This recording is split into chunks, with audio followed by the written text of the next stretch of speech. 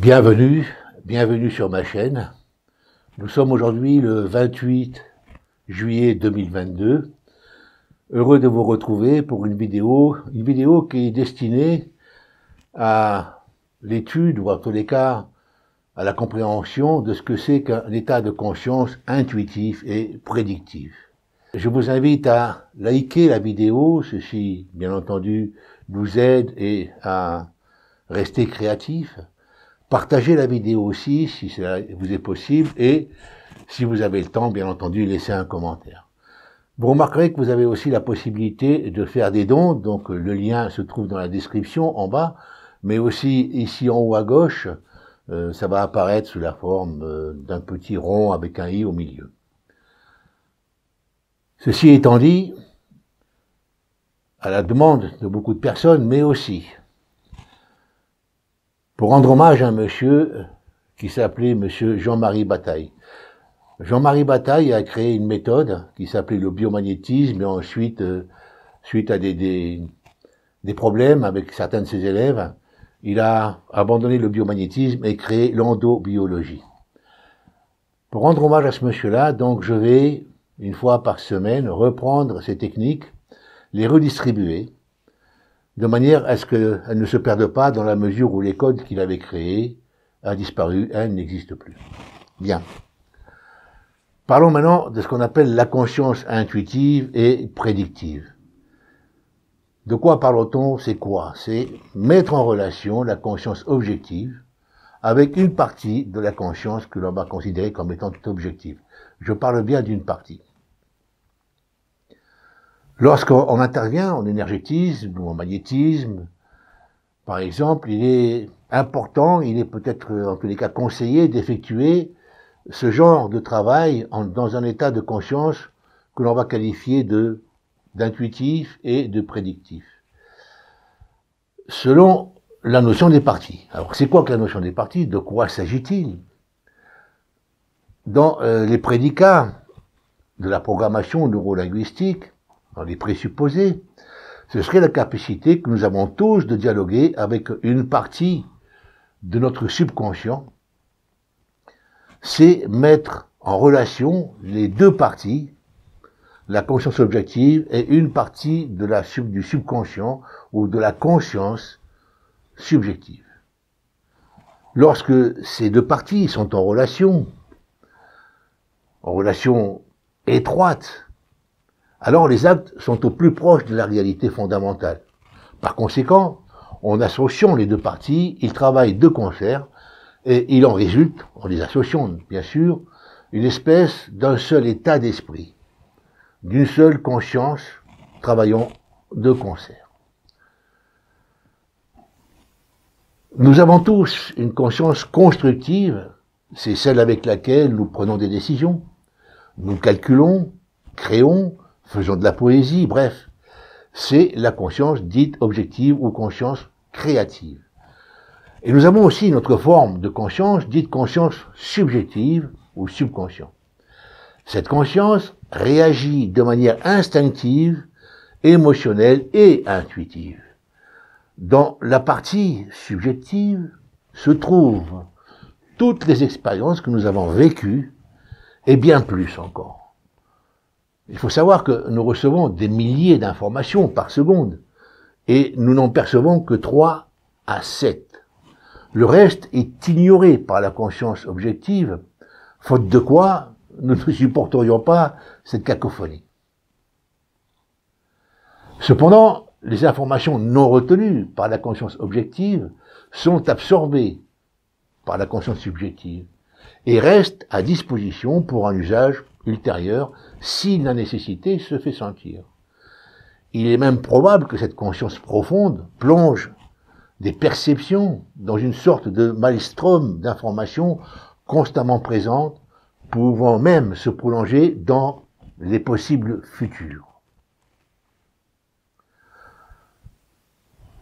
Dans un iceberg, la partie qui émerge, c'est votre conscience objective, votre volonté. Quant à la partie immergée, c'est votre conscience, c'est votre inconscience, votre conscience subjective.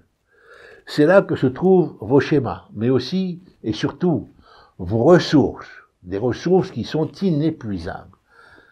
C'est à partir de là que remontent en surface vos réactions instinctives, émotionnelles, mais aussi intuitives. C'est là que sont stockées vos connaissances, vos expériences. Et vous pouvez puiser à volonté dans cette masse d'informations.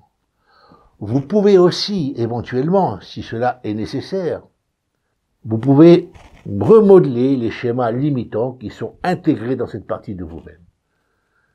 Remarquez qu'un iceberg, dans un iceberg, les deux parties sont inséparables et maintiennent un bon équilibre, une bonne flottabilité. Il y a aussi un petit message caché dans ce que je viens de vous dire. Activez l'intuition afin de travailler dans un état de conscience intuitif et prédictif. L'intuition est une forme de connaissance immédiate qui ne recourt pas à la conscience objective, qui ne fait pas appel au raisonnement. C'est comme si nous avions accès à des informations non accessibles au raisonnement. Elles peuvent émerger dans la conscience objective à partir de la conscience subjective, sous forme de certitudes évidentes, sans que nous sachions d'où proviennent ces informations. Or, je viens de vous expliquer qu'énormément d'informations sont stockées dans cette partie-là, et que même, peut-être que une partie, donc, des perceptions de notre inconscient serait branchée sur ce qu'on appelle des archives énergétiques globales, mondiales, universelles. Nous pouvons, de façon délibérée, décider par un acte conscient d'éveiller une partie de la conscience subjective. Je parle là de la conscience intuitive et prédictive. Oui, cela est possible. Alors voici la méthode, en ce qui me concerne, la méthode que j'emploie. Pour ce faire,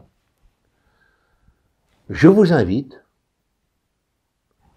à pratiquer de la façon suivante. Et cela ne prend que quelques secondes, en toute simplicité. Avant tout acte, quelques secondes avant, pensez ceci. Je m'ouvre à ma partie intuitive et lui demande de se lier à ma conscience objective durant cette séance, pour agir en conformité avec les besoins de bien-être et de santé de Madame ou Monsieur X. Dès cet instant, nous agissons de concert. Cette convention vous permet de rentrer en empathie immédiate avec le bénéficiaire du soin. De plus, elle permet par l'intuition et l'harmonisation activée de travailler avec les bons outils énergétiques, dans un état de conscience particulier. Vous êtes dans cet état de conscience, vous êtes en phase quasi totale avec la personne sur qui vous intervenez. À partir de cet instant, tous les actes liés aux soins concernant cette personne doivent être précédés du pronom « nous ». Du pronom « nous ». On n'emploie plus le « je », mais on emploie le « nous ». Exemple, nous procédons à l'extraction des énergies pathogènes du foie maintenant. Nous créons une vrille maintenant. Nous diffusons de l'énergie vitale dans ce foie maintenant. Nous créons un filtre d'énergie maintenant. Nous filtrons les énergies nerveuses douloureuses de ce muscle maintenant. Ainsi, tous les actes seront en harmonie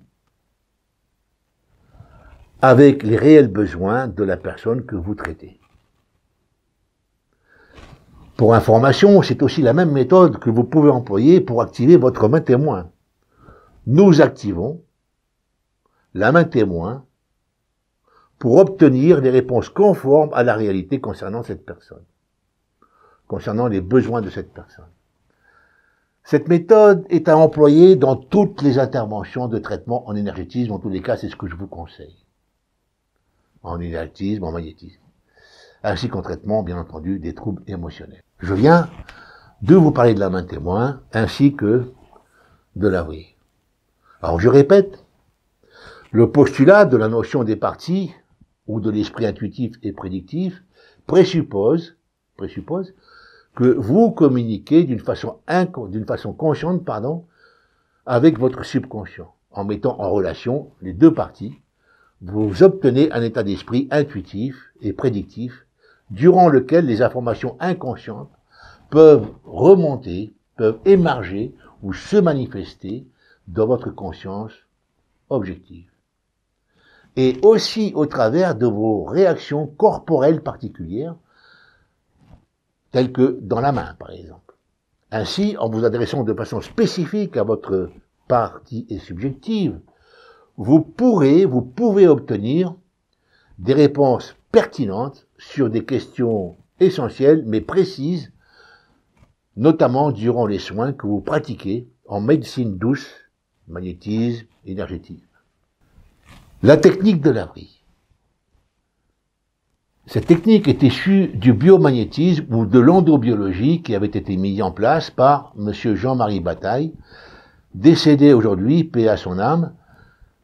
Son école n'existe plus et malheureusement, ces techniques vont peut-être ne jamais être enseignées, plus jamais être enseignées. Donc ma décision est prise, je vais l'enseigner.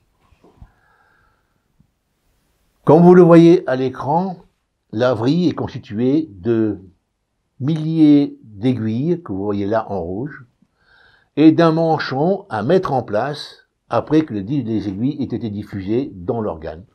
Alors on peut diffuser ces aiguilles aussi bien dans les nerfs que dans des fibres musculaires, dans un organe, foie, etc., rate. On peut aussi les diffuser dans un système tel que le système lymphatique, le système cardiovasculaire, etc. Technique de l'abri.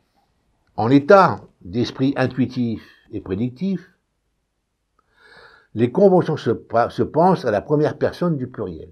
Nous, conscience objective, plus conscience objective. Voici une convention pour la vrille. Nous constituons une vrille à partir de l'énergie environnante. Nous introduisons les aiguilles et ça va là où ça doit aller. Nous constituons un manchon et nous le disposons sur la vrille.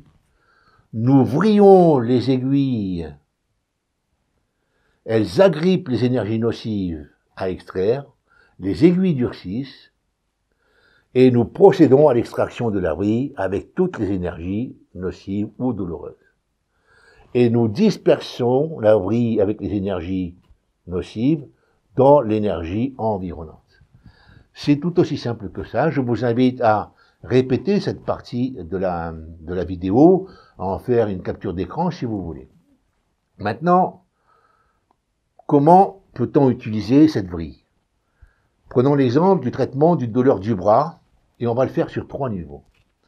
Dans un premier temps, comme vous le voyez ici à l'écran, on va introduire, d'accord, des aiguilles de la vrille dans le plexus brachial, avec pour objectif d'extraire des énergies nerveuses douloureuses.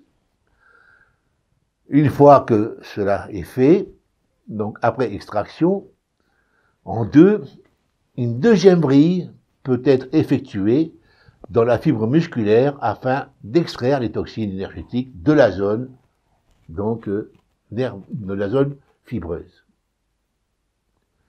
N'oubliez pas à chaque fois d'extraire, de pratiquer comme indiqué dans la technique de la vrille. Finalement, une vrille ou une éponge énergétique peut être utilisée dans les énergies du corps éthérique pour extraire des énergies nocives, résiduelles et aider à réduire la douleur. Il faut savoir que ces interventions peuvent réduire une douleur rapidement.